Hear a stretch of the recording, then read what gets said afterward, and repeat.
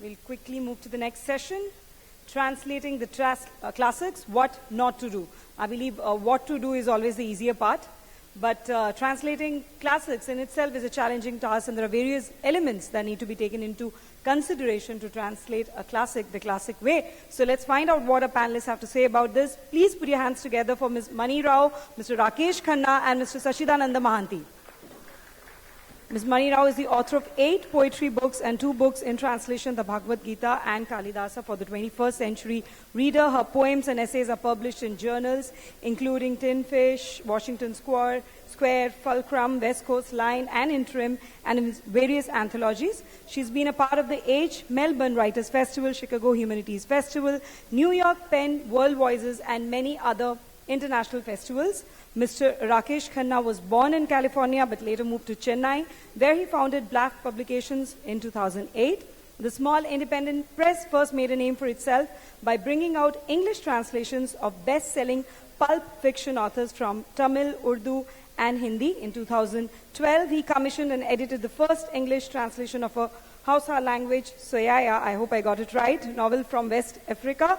Sin is a Puppy That Follows You Home, by Balarabar Ramat Yakubu, an Islamic pulp romance novel with elements of black magic. Mr. Sachidananda Mahanti, we have been seeing him asking questions in almost all the sessions. He's a renowned author and academic professor and former head Department of English, University of Hyderabad. He has to his credit 26 books in English and in Odia, including Lawrence, Leadership, Politics, and the Defeat of Fascism, Cosmopolitan Modernity in Early 20th Century India, Academic Foundation, Literature and Culture, among many others. He is also the recipient of several national and international awards. I would now request Mr. Mahanti to lead the discussion. Thank you.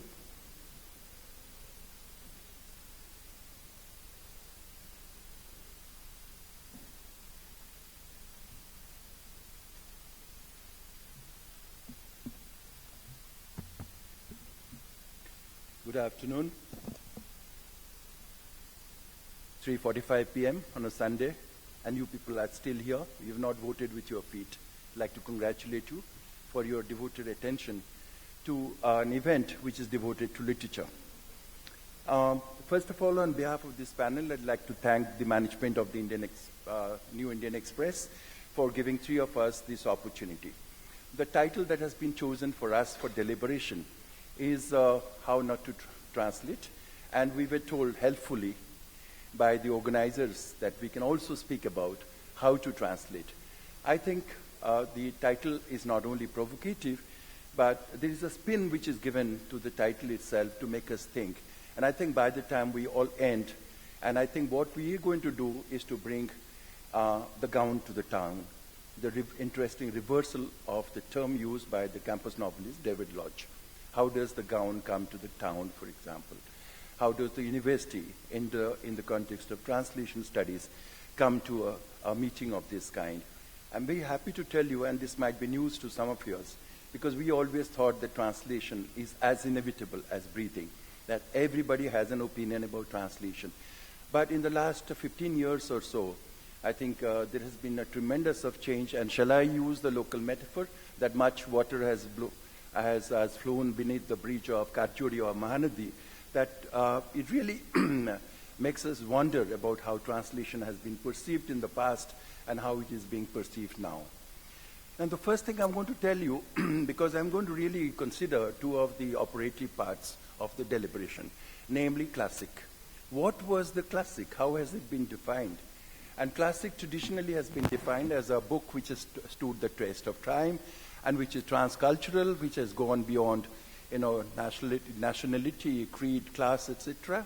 But today, I think the whole idea of the classic has been redefined.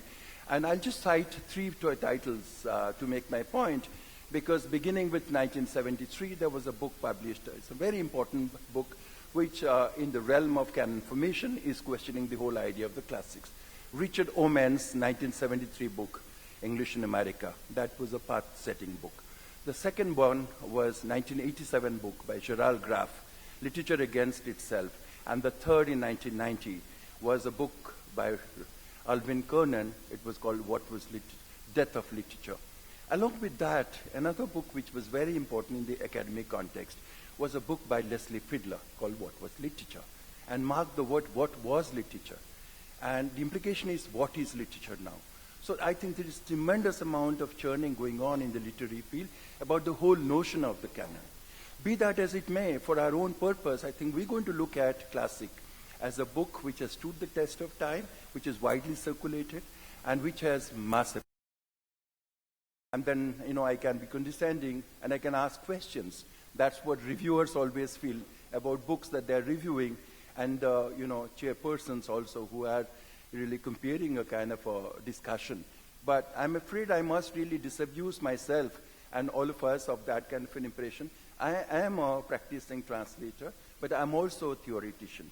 And my suggestion here is, and I'm sure this is one aspect which will be accepted by my fellow panelists, that to be a good translator, you have to be a theoretician. At least whatever be the divergence of opinion that all of us are going to have, I'm sure that two of my panelists who are active translators and practitioners in the art of translators, they would have gained tremendously by virtue of having a knowledge about the theory of translation. Mani Rao's poems and essays have appeared in journals including Tin Fish, Wasafiri, Minjin, Washington Square, Fulcrum, West Coast Line, and so on. She's been anthologized in W.W. Norton, Penguins, and Blood Axe. And you can see that the second one is, of course, Rakesh Khanna. We have an equally distinguished panelist, Rakesh Khanna. He's one of the co-founders of BLAFT publication. Now, this BLAFT publication deals with the so-called paraliterature, crime thriller, and detective fiction, and that sort of a thing which is considered to be really underground literature. So he has excelled in that. So there again, he punctures the idea of the classic. So I think in a certain manner, uncannily, I think there's a complementarity of the two, the inclusion of the two panelists here itself. And both of them, I was noticing, are transcontinental. Mani Rao has devoted so much of her career in Hong Kong, and now she really commutes between the United States and India, and so also in the case of Rakesh Khanna, because he divides his time, I understand, between Bangalore and Chennai and the United States. So I think there is a transcontinental dimension to translation, and that is as it were, as it ought to be. So Rakesh Khanna has also excelled in underground literature, experimental writing, particularly neglected regional writing from the global south. They are strongly drawn to translation, both of them. Mr. Khanna has worked closely with translators from Urdu, Hindi, Mizo, Japanese, and two of the languages that I am not aware of. So you can see the multilingual kind of an approach. Both the translators have come, and I understand that Mani Rao has really dealt with, she's not really worked with translators from other languages, but she herself has been a coordinator of a translation project. So, but whether you are really an active participant in the project or not, or whether just a translator or a original writer whose work has been translated into under international languages, but nevertheless, I think there has to be a question of the role of the translator himself or herself. And Mani Rao's case, I think this will be very striking for this audience, because she has really translated in the United States originally and Hong Kong also, and subsequently in India, that she has translated some of our most sacred texts like the Gita and Rig Veda. Now, at one level, facetiously, it's easy because it's a text which is very well known to us. But it's like Gitanjali of Tagore, for example, the nth Gitanjali which is translated. So the nth, Gita which is translated, or Rig Veda, for example. Do you really have to compete with several people like Sri Aurobindo and others when you are dealing with Gita? Or the Rig Veda, for example. So here we have the classicists who have translated, and then we are newcomers who are also translating. So, and as for me, I'll just keep my own kind of my own background to translation to the minimum, and to simply say that I have been an active translator, beginning with the kind of a mushrooming of the interest in translation. It began, you would recall, with Gita Dharmarajan's Katha. And I've translated Gopinath Mohanty, Sitakant Mahapatra, Pratibha Ray, and others. And some of them have fetched me a Katha Prize Award, and others also. And in course of the deliberation, if you permit me, as a facilitator, I'd also bring in slightly, in a negligible manner, perhaps my own little interest and concern about the issues of translation. So, ladies and gentlemen, before I begin this, the whole discussion open and involve two of my panelists, may I ask you to give a big applause to the fellow panelists.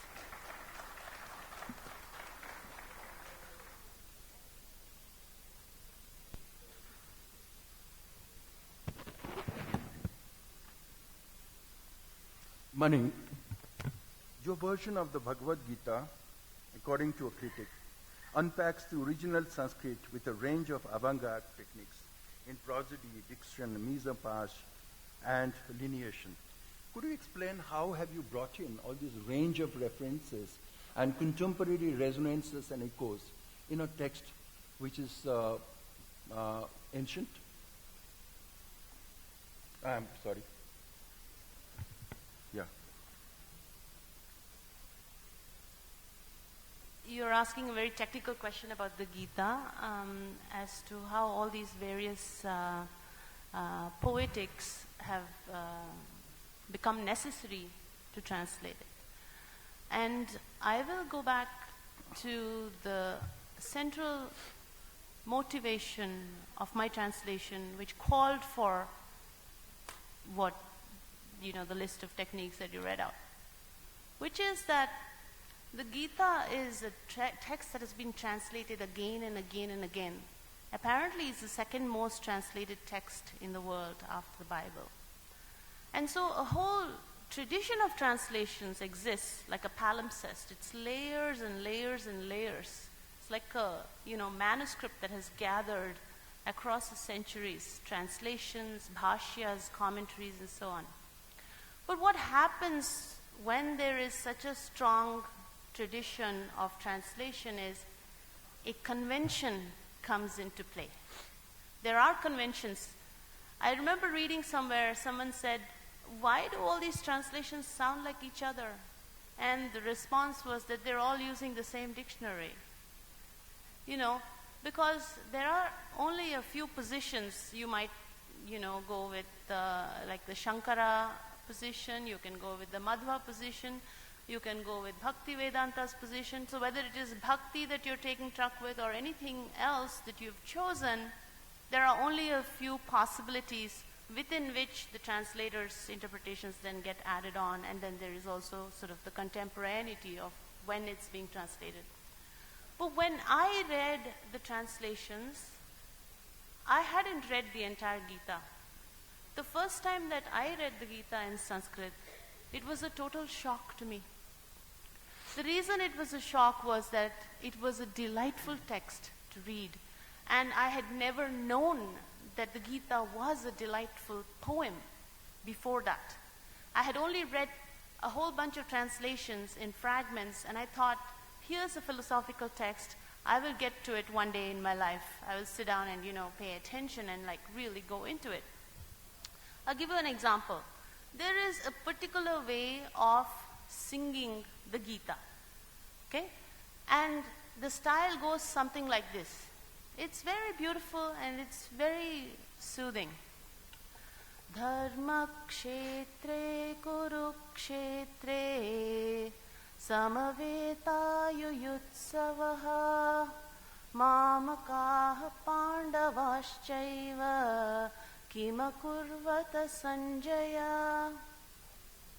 Now, all the drama that is there in those words is completely lost in that tune. What is actually happening in that first verse? When you translate it as in the field of dharma, in the field of kuru, how many times have we heard it? Right? But what is actually happening in the Sanskrit?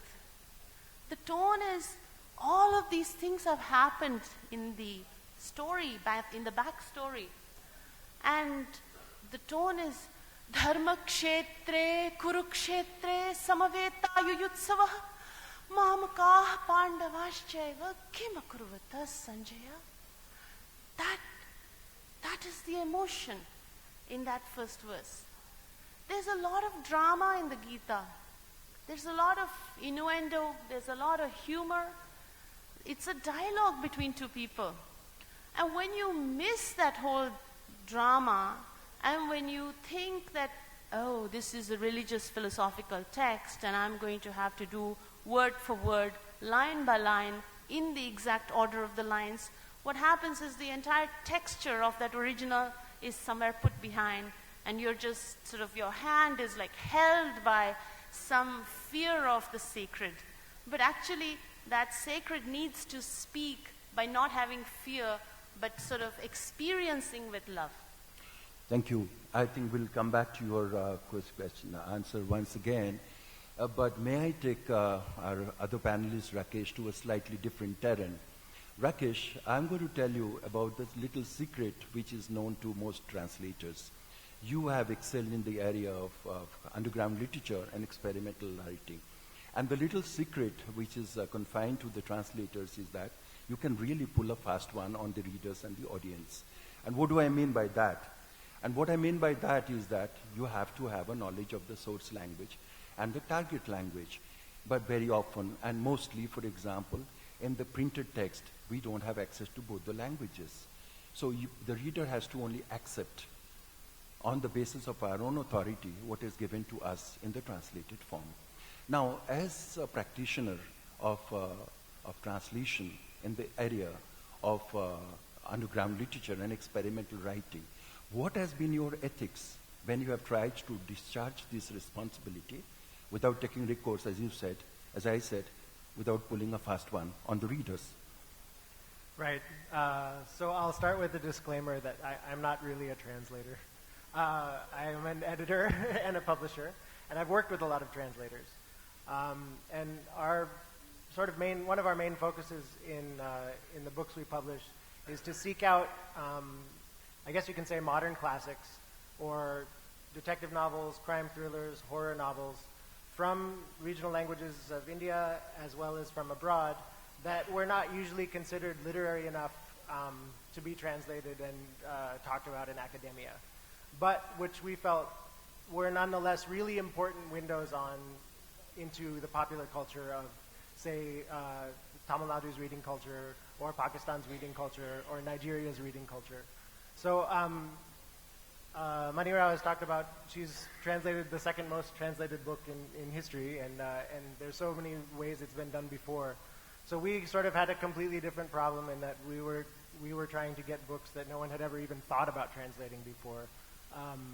Like the Tamil pulp fiction novels that we looked at have been around, I mean, actually since the 1930s, or 20s, I guess.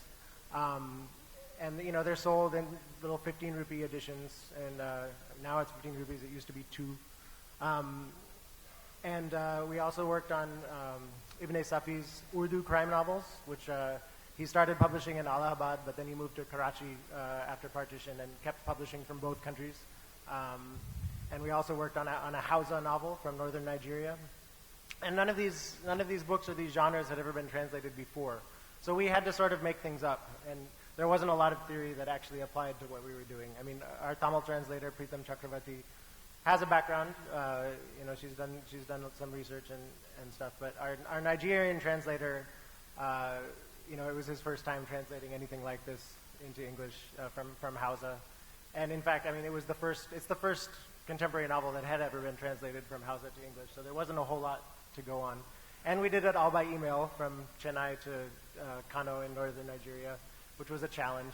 And then he also found out that we were interested in translating another Hausa novel about a lesbian relationship and got very mad at us because we were being un-Islamic and stopped talking to us after the second draft. So we didn't get to do the final edits with him. We had to go to other sources. But it's been like a little bit like, we've had to use some guerrilla strategies with our translators to try to get the material we want. And for us, like we would only pull a fast one if we had to. You know, there were some places in the Nigerian book, in the Hausa book, where it was really difficult to know exactly what the cultural context was, trying to do it from here and not being 100% sure about our informants, you know, but we did the best we can, basically because we thought it was really important that that book, that whole literature got some exposure to the English-speaking world. Thank you. Mani, both you and Rakesh would concede the point that one of the issues that is there in the realm of translation studies, both theory and practice, is that most literary communities have a proprietary attitude towards their own classics or well-written text. Now, we come into the realm of what is called, in our own field, the politics of translation. And when a celebrated critic like Ranjit Haskote, Mani, describes your own Gita as a combination of vigilance and playful irreverence, what exactly is meant by playful irreverence? Are you talking about the qualities which are inherent in the Gita, or are you suggesting that you have, when in your own rendering of translated text, you have brought in an element of playfulness which was not presumably present in the original itself? Your answer, please. I would say that even though a text has been translated many times, the responsibility of fidelity is still completely primary. It's because from the 16th century onwards, that has been the single question discussed with translation. Is the reason people are buying the book is not because it's Mani Rao, but it's because it's the Bhagavad Gita. You know, the reason somebody buys it is because it's Kalidasa they want to read. So there is already an implicit expectation and responsibility that goes with that. However, when your comment about playful irreverence, which you raise, I would say that in fact the Gita has a lot of playfulness. Yeah? Na sato vidyate bhavo, na bhavo vidyate sataha. Just listen to that. You don't have to even understand it to know that here's a beautiful sound play that's happening, and it's not sort of like an extraneous sound play. It's sound play that actually illuminates the meaning. It's highly relevant, it's necessary. Yeah?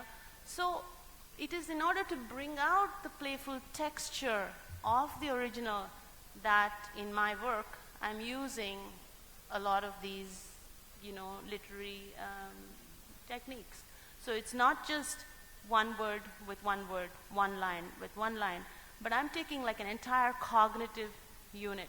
So if there's an entire section where Krishna is saying, Asmi, for me that is, I am, and it's this big in size on the page, and it applies to all these stanzas. So, that's what the critic has, whom you quoted, has interpreted as playful irreverence. I feel reverential and playful both towards text. Well, you have stated your position, but in the realm of translation studies and practice, there's a divergence of opinion, but that your position is welcome. Now, must turn my attention to a villain of the piece. And as far as the translators are concerned, there is one villain, and that villain is the editor and the publisher. Rakesh, you introduce yourself as a publisher, but in a playful manner, may I treat you as a kind of a villain? And what is it that I have in mind? I think one of the big pitfalls that all translators have is that between them and the publisher, there is the editor. And that editor is all the time trying to stop them. Let me give you an example. When I had translated the award-winning story, Shikar, by Gopinath Mohanty, and that story is not just an account of an administrator who goes to a place where I happen to be now, Koraput, but goes there and embarks on a path, a journey of hunting. But in the course of the narrative itself, hunting becomes a very powerful metaphor. And from the particular, it rises to the universal. Because by the end of the story, Mohanty is talking about Vietnam War, about the exploitation of man and by men, for example. And then at the end of the story, what I found very, very remarkable and striking is that there is a regional literature tradition and there is an English tradition. And we must really recognize the difference in the narrative and narratology itself. By the time you end, you might say that the tiger is dead and the carcass of the tiger is on the bonnet. And so that should have been the end. But Gopinath Mohanty goes on, and he says that the blood of the tiger flowed in a trickle, and it became torrential. And it assumed, for example, the stream, and it became a river. It climbed on the bonnet. It went, and Gita Dharmarajan, whom I respect very much, and she said, Sachi, cut it out.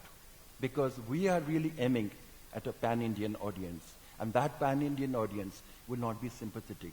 So I said, Gita, If Gabriel Garcia Marquez can write magic realism, why not Gopinath Mohanty? So back and forth, the issue went. You know, both of us, I mean, both the panelists, we're talking about the ethics and morality of translation. And that's where I think the question of morality comes in. Should I be really faithful to the spirit of the original work or not? And I must say, at that time in 1990, I chickened out. I made a huge compromise, and I said, all right, you win. And the story was published, and it fetched me an award. But I always had this kind of an agony that I made a compromise. I shouldn't have made that kind of a literary compromise. So I think I would like to hear from you, Rakesh, whether you have really vetoed some of those ideas that were given, or you just allowed the translator to have the story himself or herself. From your side, a candid account. Okay. I would definitely be very nervous about cutting a whole section. That seems like some violence maybe was done to the text. But I definitely have had lots of wars with translators about like how many Indian words to keep in and whether to put them in italics. Which, I mean, they're really interesting discussions. There's a writer named Junot Diaz who has argued in American literature very forcefully for not putting the Spanish words in his books in italics because the language he speaks is an American dialect, and you know, he speaks with lots of Spanish words in his English, and that's his language, and there's no reason to treat it as a foreign word. When we're translating a book from Tamil and titling the collection Tamil Pulp Fiction, we're sort of trying to present the literature of this culture to people who can't read in the original language. So in a way, it's different. It makes sense. It made sense for us at some stage to italicize some of those words because we want to explain them and we want to have a glossary. And but Preetham Chakravarti, who translated for us, was really upset. She's like, you cannot say rice cakes for idlis. That is like verboten. She would not have it, right? So, and I said, yeah, okay, that makes sense. It's too much. We'll call it an idli. But there are more complicated things, like if the characters walk into a temple and they talk about the Dvajastambam.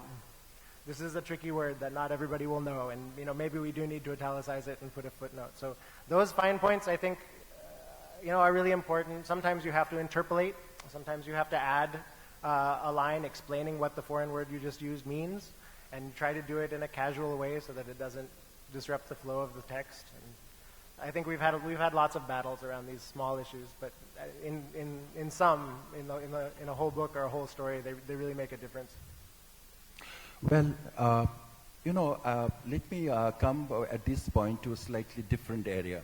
Now, as far as the translation studies is concerned, and I can tell you that 3 of the departments at the university that I come from, until recently I was at the University of Hyderabad, you can see the tremendous amount of interest that is there in translation studies. There's a department of English where, for example, people are engaged in translation work, theory and practice. There is a CALS, Center for Applied Linguistics and Translation Studies, in the same university.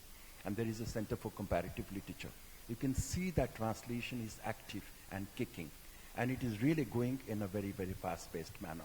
So we have basically one father and one mother as far as translation studies is concerned. If you look at the father of translation studies, we cite George Steiner. And George Steiner said, memorably, that from the past 2,000 years or so, translation has really, swung between these 2 extremes, fidelity and betrayal. Fidelity and betrayal. I mean, can you be faithful and, interesting, patriarchal kind of a, anti-feminist kind of a vocabulary? It has been said that you can't be faithful and beautiful at the same time. If you're faithful as a translator, you can't be beautiful at the same time. But a good translator, particularly in the context of what is called postcoloniality, would say that you can be faithful and beautiful at the same time. Similarly, there is a mother of translation studies, and she's from Warwick University, and her name is Susan Bassnett. I think we have to map the kind of a journey that translators as practitioners and theoreticians have made, from George Steiner's idea to Susan Bassnett's idea of postcoloniality, that each individual, depending on their location, has the freedom, for example, to render a certain kind of a translation. What does it really do? It knocks the basis from this whole idea that there is a prototype out there. And this prototype has to be really replicated. And this is there in the minds of most people, including, I dare say, majority of the people present here itself. There is a prototype Gopinath Mohanty. There is a prototype, for example, Tagore. And all that is required of a translator is to have a carbon copy or a rendering. Now, ladies and gentlemen, we want to tell you that this is something which is given up in the context of translation studies today. And most of the translators, if they claim to be really sophisticated, they have to really recognize that. Does it mean that, it's a laissez-faire situation, a libertarian approach to translation studies? Not quite. On the one hand, for example, if you have absolute correspondence between the source and the target text, on the other hand, absolute, complete breakdown of the communication between the source and the target. So I think translation studies, translation ought to be regarded as an arch, for example, with both the ends. I think there has to be some kind of a correspondence to the source, but there is also some kind of a novelty and creativity granted to the translator itself. Now, I want to ask this interesting question to both of my panel itself. I mean, to what extent Mani, beginning with, and Rakesh later on, what extent you really regard yourself as a subversive, as a creative subversive, as a creative interloper from one culture to the other culture? Because after all, cultural specificity has to be brought in. I mean, it's your Gita. It's not Tilak's Gita. It's not Gandhi's Gita. It's not Sri Aurobindo's Gita. It's your Gita. To what extent, for example, you bring your own self in the post-colonial context as a translator? Please answer that. I think both have to happen, the transparency as well as the presence. And it's the interaction between the two that actually creates the unique voice of whatever that work is. As far as fidelity goes, I think every translator will claim that their work has more fidelity than whatever went on before, if it has been a work that's translated earlier. But how they define it will be different. What they actually give priority to will be different. There is a Urdu couplet. It goes like this. इश्क की चोट तो पड़ती है हर दिल में इकसां, ज़र्फ के फ़र्क से आवाज़ बदल जाती है. You know, that the hurt is the same, but because of the material, the sound is different. You know, and the material is what is the translator made of? What is the history of that translator? What is the context of that translator? What are the visions of that translator? There's no such thing as being completely invisible. That's just a fantasy about being completely invisible. The translator will be there in some way or the other, and even if the reader doesn't know it, the translator may be more aware of what interpretations have been brought to that work. Thank you. We're making good progress. We have 15 minutes at our disposal, and I want to follow the footsteps of my predecessor, who was so exemplary.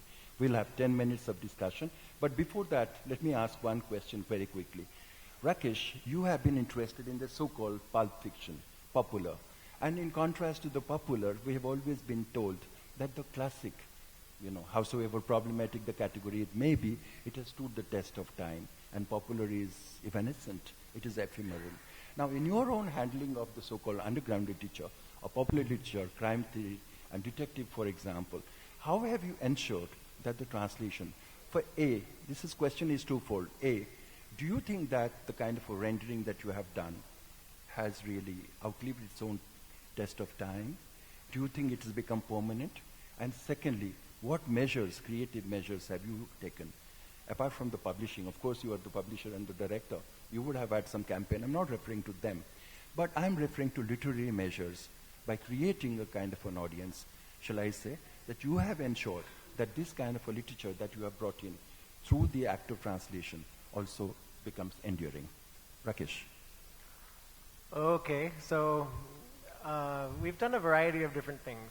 I would say of the authors that we've translated, the one who's closest to being called a classic is the Urdu writer Ibn Safi, who started writing in, I think, 56 and wrote 260 novels, I think, before he died in 1980. and there were 2 series. One of them was the Imran series, which features a detective named Imran, Agent X2. It's never said whether he lives in India or Pakistan. It's kind of like a possible Mumbai or a possible Karachi on the border somewhere. And the other series was the Faridi and the Faridi series, which is we translated 4 books from the Faridi series. So I think these books in Urdu can be called classics. I mean, they are still read. They are still available in any Urdu bookstore in the country, here and in Pakistan. There's a huge website, ibnesafi.info, devoted to fandom. And there are some really rabid fans who collect the old editions and post the really beautiful covers there was an Allahabad edition and a Karachi edition. And so it's worth checking out the website, ibnesafi.info. And there's PDFs widely circulated online, pirated, of course. But still, it's more than 70 years later, he's still got a really wide readership. So our English translations were done with S.R. Faruqi, who's a very heavyweight Urdu literary writer, and this is a big departure for him because he usually works on serious literature. But so he agreed to do these books because he had been a fan of them when he was young. So I do think those count as classics. I'm not sure if our English translations will count as classics, but we hope so. Thank you. The last question that I would like to really throw up for discussion by the 2 panelists is this whole idea of machine translation. In the liberal arts university, for example, I mean, credit is given to the people, the person, for example, who brings in a project, impressive project. And the larger the amount, the budget, the more impressive seems to be the credit which is given to the project. In the liberal arts university, for example. Now, one of the things that is gaining ground is this whole idea of machine translation. Now, machine translation, is it of something recent origin? Not really. Because if you look at the major international organizations, very often, for example, there's a provision of simultaneous translation. Now, I cannot really prevent myself from sharing a hilarious example with this audience. With regard to the machine translation by the erstwhile Soviet Union, this is what the machine did. There are 2 sentences. One is out of sight, out of mind. And the Russian translation, this must be a kind of a thing which was done, heard during the Cold War era, because the victim is obviously the Soviet Union and former Soviet Union, Russia. So out of sight, out of mind. And the machine translated, Russian machine said, invisible idiot. Out of sight, out of mind. And the other one, of course, is very well known to all of us. Spirit is willing, flesh is weak. And the Russian translator, machine translation said, to spirit is willing and flesh is weak. The Russian machine translated, vodka is strong, but meat is rotten. So I'm not being facetious, but I'm saying there are lots of people, including my colleagues in the previous university where I was teaching, they do take machine translation very well. So we must really have an opinion, whatever be the opinion from 2 of the panelists.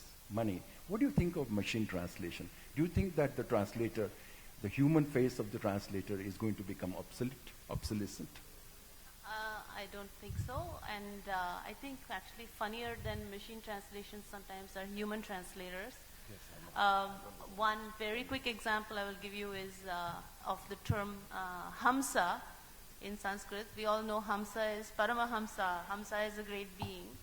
I have seen a translation of a very well-known translator translating a line in one of the Upanishads saying, the goose goes around the sun. For Hamsa, translated as the goose. Now, it was not a machine that did that translation. It was a person. Okay, that's fair enough. Rakesh, do you think that machine translation is going to make you bankrupt and out of your job? It's an excellent tool. We use Google Translate a lot to help out when we are looking for other ways to say things or we're not quite sure. But I think we're a long, long way from the time when a machine can really produce something that's comfortably readable. And I'm not even sure if it's possible because our language is also evolving pretty fast, possibly faster than Google can update their translator. I mean, they have a thing called, Hindi to English, or Tamil to English, or English to Tamil. But English itself is extremely variable, right? I mean, there's dialects of English popping up all the time. What English is it? If you put Jamaican English into that translator, it won't know what to do with it. If you put, so I think language changes too fast for software to keep up. Honestly, I think. Yeah. Thank you. We're doing fine. I think it's it is 4:25. But to be fair to this panel, because we began really 15 minutes late, and I'm not suggesting we're going to take 15 minutes extra, but I think I look at myself as a facilitator, and unlike the predecessor in the last panel, I'm not going to really answer all the questions, but I think our task will be incomplete unless we have some interesting questions and comments, make them brief and sharp, and raise them. And I think we will collect all the questions and comments, and then I will request my panelists to answer. Please identify yourself, ask a question in a pointed manner, or a comment if you will, and we will move on. Yes, quickly. I'll come to you, sir, first.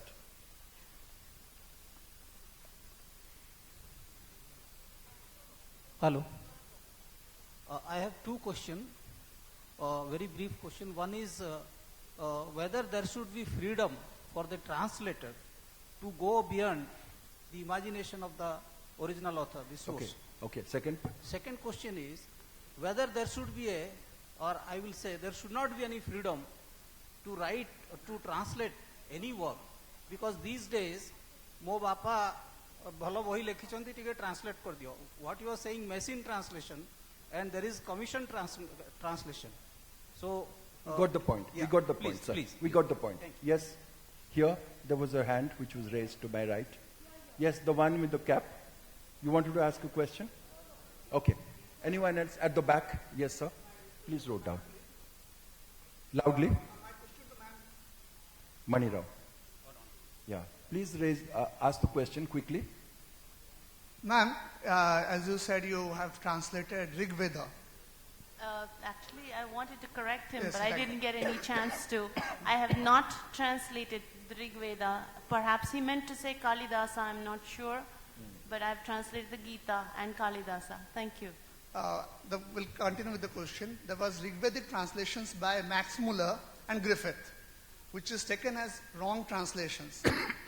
They are missionaries who had come to India with a particular purpose in their mind, and they have made some translations they have made some translations like the Nishada Sukta, which glorified India to that extent. When Max Muller said, once upon a time... What's the question, sir? Please raise your question. Yes, I'm coming to the point, sir. The wrong translations done by Europeans at one point of time, how can we correct those translations now? Okay, good. We got you. Next one. Anyone else? We must have at least 2 questions. Yes, please.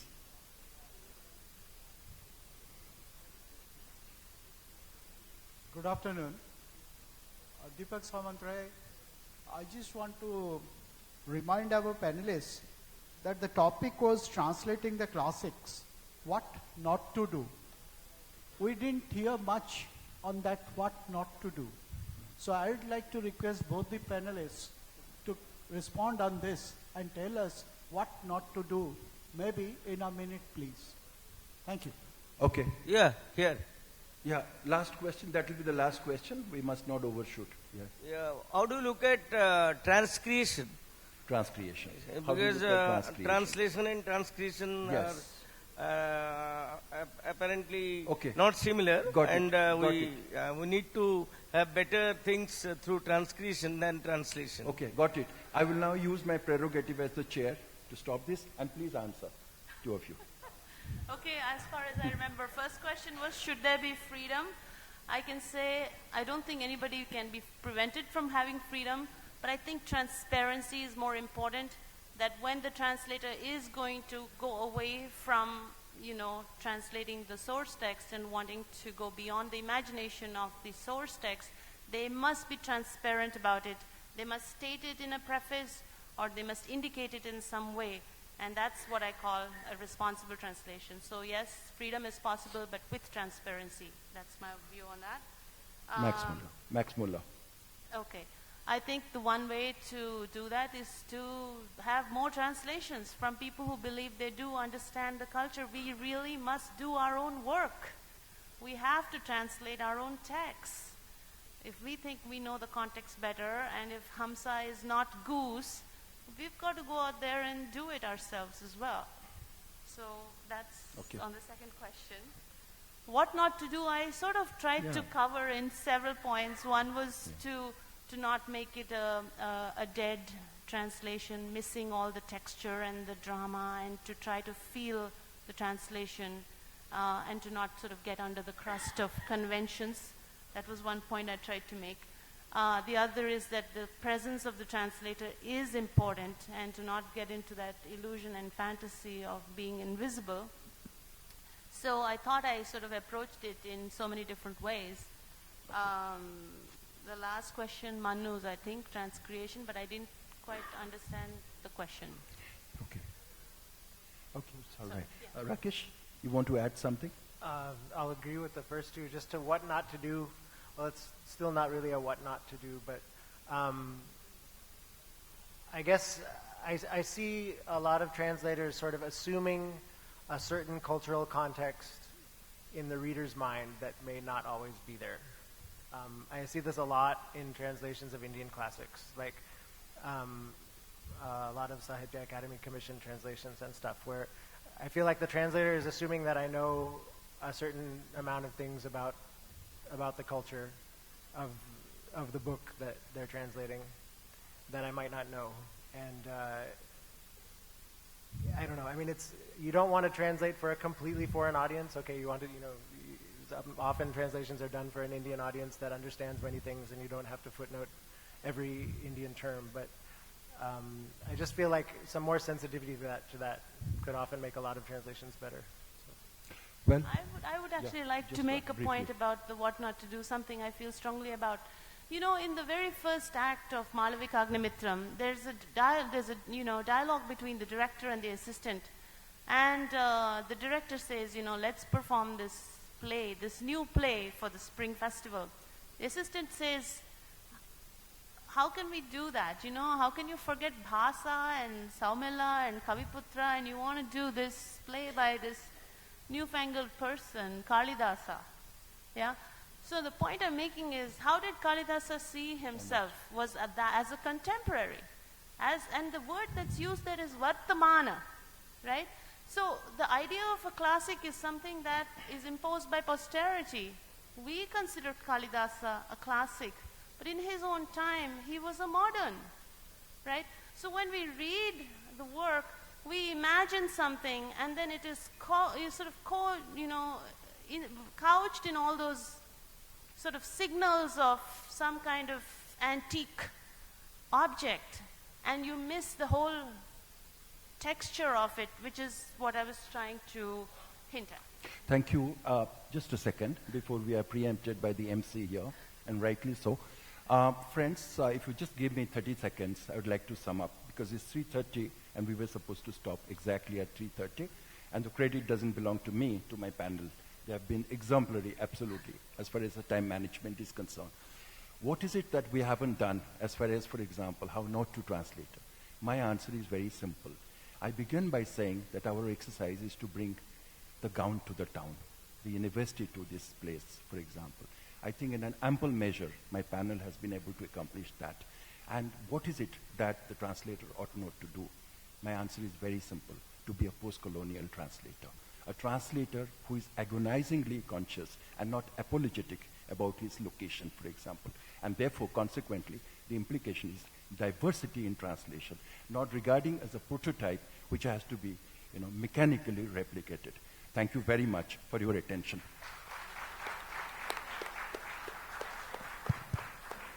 Thank you, sir. I think you've summed it very nicely. May I now request the editorial director of the New Indian Express, Mr. Prabhu Chawla, to please come on dais. And as usual, he knows to do the honors, present the mementos to our esteemed panelists.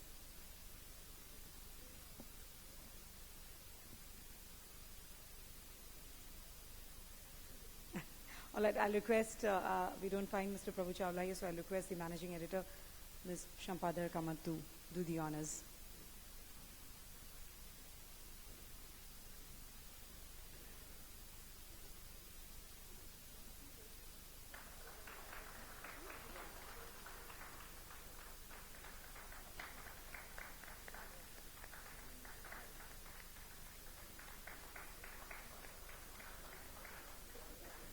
And the group photograph.